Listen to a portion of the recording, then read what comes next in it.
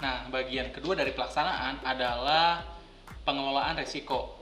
Memang ini sudah sedikit dibahas tadi di perencanaan, tetapi seiring dengan berjalannya waktu, semakin dekat ke waktu pelaksanaan, tentunya bakal ada hal-hal baru yang bisa menjadi resiko yang harus ditempuh dan harus dicarikan solusinya oleh teman-teman di kepanitiaan sendiri.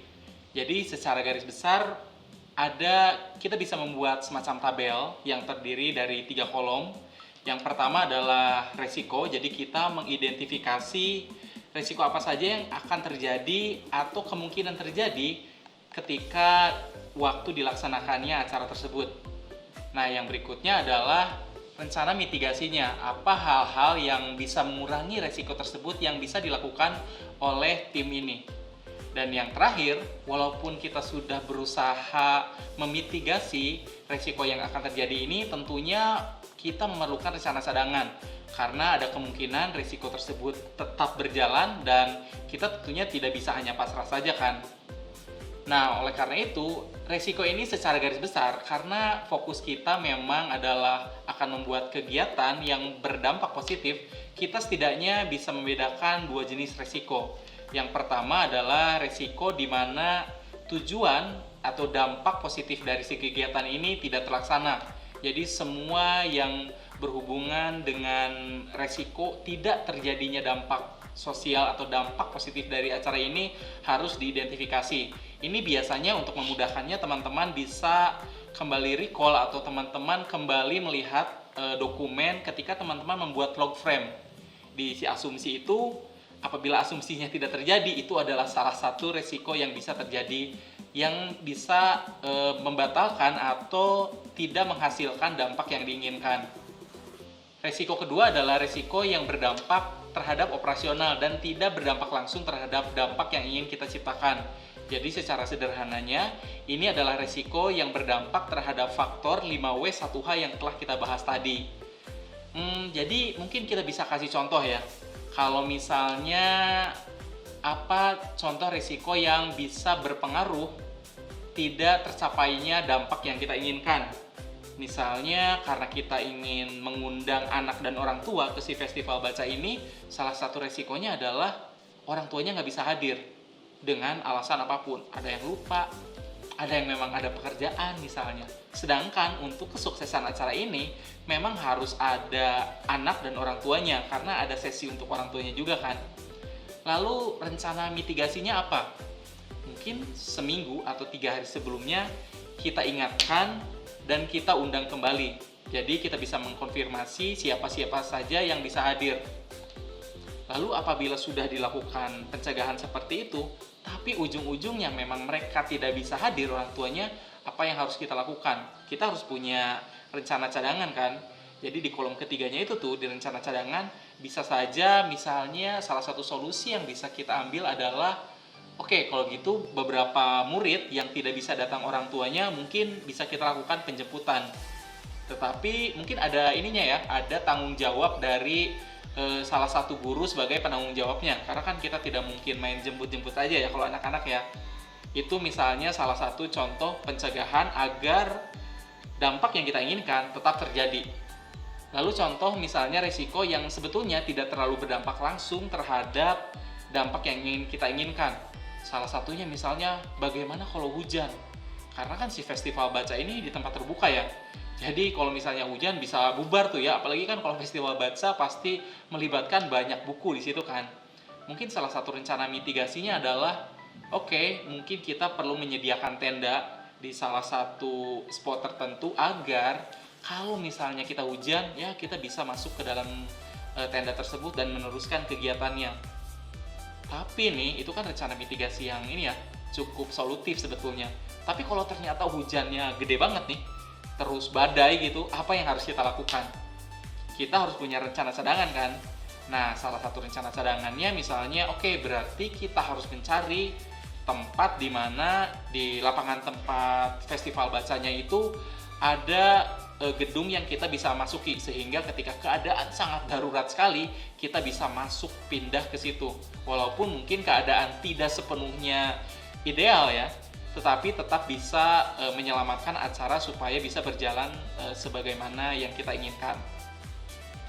Nah, jadi itu adalah beberapa contoh penggunaan tabel di mana resiko, lalu rencana mitigasinya, dan rencana cadangan apabila semua yang sudah kita lakukan ternyata tidak berpengaruh dan resikonya tetap terjadi, kita tentunya harus menyiapkan hal tersebut.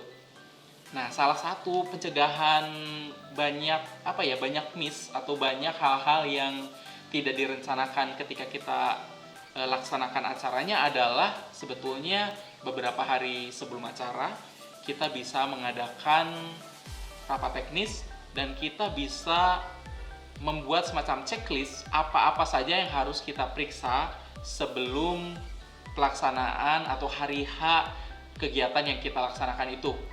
Tetapi itu akan nyambung dengan faktor ketiga dari pelaksanaan, yaitu faktor operasional dari pelaksanaan itu sendiri.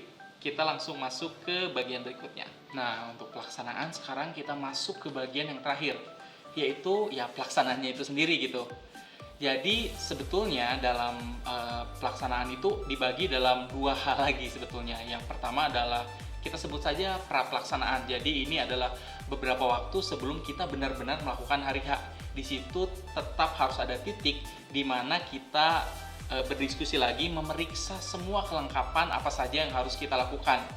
Dan yang bagian keduanya adalah pelaksanaannya itu sendiri atau hari H-nya itu sendiri. Kalau kita ambil contoh yang festival baca, itu artinya berarti ya si 2 hari di mana kita melakukan festival baca itu. Berarti apa saja yang harus kita lakukan ketika di waktu pra-pelaksanaan. Nah, ketika pra-pelaksanaan itu biasanya salah satu yang kita diskusikan adalah yang pertama kita memastikan atau kita membuat semacam checklist mengenai hal-hal yang tadi sudah kita bahas, yang 5W1H itu semuanya dipastikan sudah sesuai dengan apa yang kita rencanakan. Lalu yang kedua adalah kita juga harus pastikan bahwa semua undangan untuk pihak-pihak eksternal itu semuanya sudah kita undang. Jangan sampai ternyata acaranya sudah bagus tapi ternyata ada beberapa undangan ke pihak eksternal yang nggak sampai. Apakah itu misalnya orang dinas setempat atau media, atau yang paling parah mungkin salah satu pembicaranya. Itu kan bisa sangat merusak si acara tersebut. Lalu hal berikutnya yang juga harus kita lakukan adalah memeriksa setiap peralatan yang berdampak besar yang akan dipakai di hari tersebut. Jadi kalau misalnya di festival baca ini, kalau misalnya di festival tersebut banyak booth misalnya, banyak booth untuk membaca komik misalnya di situ, atau booth untuk mendengarkan dongeng, kita pun harus memeriksa ketersediaan dan kesiapan hal tersebut. Atau kalau misalnya ada panggungnya seperti tadi yang sempat kita bahas, kita harus cek ulang terhadap vendornya. Ini panggungnya kapan nih bakal dipasangnya? Terus kira-kiranya selesainya kapan? Nanti dibongkarnya kapan? Pokoknya hal-hal yang bersifat alat-alat yang lumayan material atau lumayan bisa berdampak besar apabila hal tersebut tidak dijaga atau tidak dipersiapkan, harus kita cek ulang beberapa hari sebelumnya. Karena nggak mungkin kan kalau acaranya hari Sabtu, kita langsung kumpul hari Sabtu. Tentunya mungkin 1 minggu atau beberapa hari sebelumnya kita harus mengecek segala perlengkapan yang ada di situ. Nah, sedangkan untuk persiapan di hari H-nya, apa yang akan kita lakukan adalah beberapa hal berikut ini. Nah, selamat akhirnya kita masuk ke hari H yang beneran acara tersebut dapat dilaksanakan. Kalau dalam kasus kita ini, kita bakal ngebuat yang festival baca itu ya. Jadi hal pertama yang teman-teman bisa lakukan, mungkin teman-teman bisa menarik nafas panjang lalu menghembuskannya. Selamat karena semua sudah direncanakan, jadi kemungkinan besar segala sesuatu yang kita lakukan itu akan berjalan baik-baik saja. Walau tentunya bakal ada 1-2 kejutan di kiri kanan, tetapi nggak apa-apa. Oleh karena itu, salah satu hal yang harus dilakukan pada hari H adalah kita harus melakukan briefing di awal. Jadi kita kumpulkan semua pihak-pihak yang bertanggung jawab, lalu kita pastikan semuanya akan berjalan dengan rencana, lalu mereka pun harus tahu kira-kira tanggung jawab apa yang mereka pegang. Jadi di briefing itu pastikan setiap tim inti panitia itu sudah bisa menghandle atau bisa mengelola tugas dan tanggung jawabnya masing-masing. Lalu setelah itu, poin berikutnya adalah kita harus memastikan bahwa tiap-tiap dari kita memiliki semacam ringkasan hal-hal penting apa saja yang perlu kita ketahui. Jadi itu sebagai semacam cheat sheet begitu. Jadi maksudnya contohnya nih, ketika misalnya nomor darurat vendor, lalu juga password wifi masing-masing juga punya, itu hal sederhana seperti itu ya. Bahkan misalnya timeline acara, semuanya tentunya harus punya. Lalu kontak masing-masing orang supaya ketika ada apa-apa kita bisa saling menghubungi. Intinya itu adalah semacam satu lembar di mana semua informasi penting mengenai acara hari ini ada di situ. Jadi jangan sampai nih ketika ada peserta atau ada tamu yang datang lalu bertanya sesuatu, itu jawabannya beda-beda. Jadi kita harus membuat satu semacam pusat informasi bersama, walaupun sederhana ya, bentuknya kertas misalnya. Jadi semua panitia tahu apa yang terjadi dan tahu apa yang akan dilakukan pada hari tersebut. Lalu hal berikutnya juga yang patut untuk kita pahami dan harus kita jaga ketika hari H-nya adalah kita harus bisa mengelola pihak-pihak eksternal yang terlibat. Ya, contohnya kalau dalam acara tersebut salah satunya adalah pesertanya ya, para murid-muridnya itu, atau juga narasumber atau tamu-tamu yang kita undang. Itu tuh harus dikelola dan direncanakan dengan baik. Maksudnya kayak gimana? Jangan sampai nih ketika nanti peserta datang, itu tuh mereka tuh bingung gitu harus ngapain, harus kemana. Mereka bisa, bingung nyari teman dulu, atau bahkan mungkin ada tamu atau ada narasumber atau ada sponsor yang ketika datang itu ya bingung saya harus ngapain, acaranya ini dimulainya di sebelah mana dulu, seperti itu. Jadi setiap yang datang ke area tersebut diusahakan memang harus dikelola dan juga disambut secara baik. Lalu berikutnya, salah satu yang perlu banget untuk kita saling ingatkan adalah masalah waktu. Jadi baiknya ada satu orang yang memang bertanggung jawab untuk mengatur atau menjaga timeline atau waktu yang terjadi di setiap acara yang kita laksanakan. Misalnya pembukaan jam berapa, lalu itu waktunya berapa lama, lalu masuk ke ruang dongeng jam berapa, begitu seterusnya sampai akhir acara. Bahkan misalnya ketika acaranya 2 hari nih, seperti si pesta baca ini, kita harus kasih tahu nanti kepada peserta, besok datangnya jam segini ya, kita mulainya jam segini ya. Jadi harus ada satu orang yang memastikan mengenai waktu tersebut. Karena seringkali nih ketika tiap panitia tentu fokus ke bagiannya masing-masing ya. Orang yang bertanggung jawab ke audio visual misalnya, ya dia fokus ke situ. Orang yang tanggung jawab ke konsumsi misalnya, ya fokusnya ke situ. Jadi terkadang tidak ada yang menjaga di sisi waktu. Oleh karena itu adalah salah satu faktor yang memang harus kita perhatikan. Lalu faktor berikutnya yang harus juga kita jaga adalah keuangan.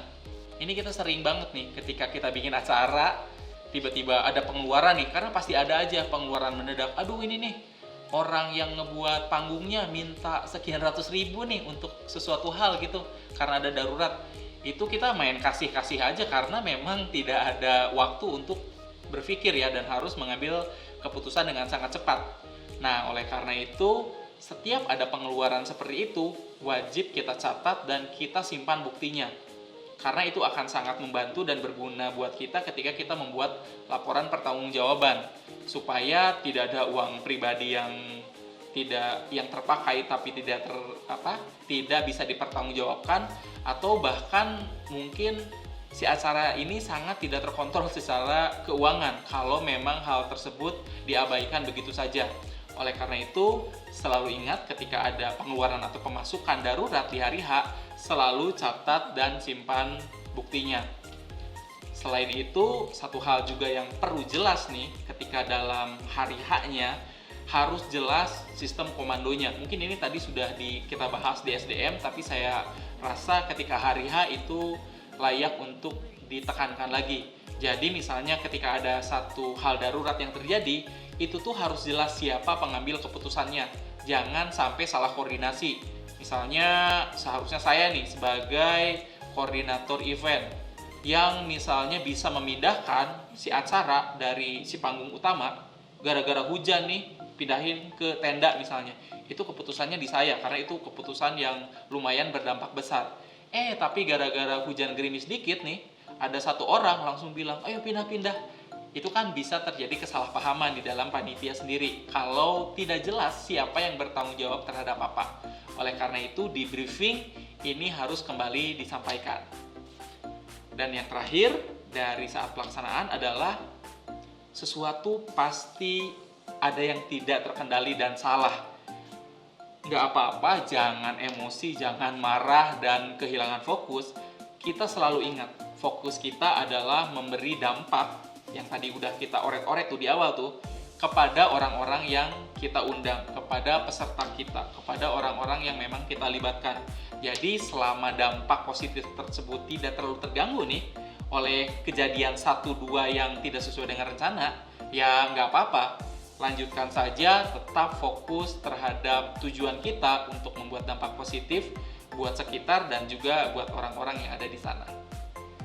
Nah, setelah kita membuat acaranya nih, jadi tentunya kita masuk ke tahap terakhir dalam materi saat ini, yaitu evaluasi, di mana kita harus mengevaluasi apa yang sudah terjadi dari perencanaan, lalu ke pelaksanaan. Kita list apa saja yang tidak terlalu baik dan perlu ditingkatkan, atau apa yang sudah berjalan sesuai rencana. Oke, kita masuk ke bagian terakhir, evaluasi.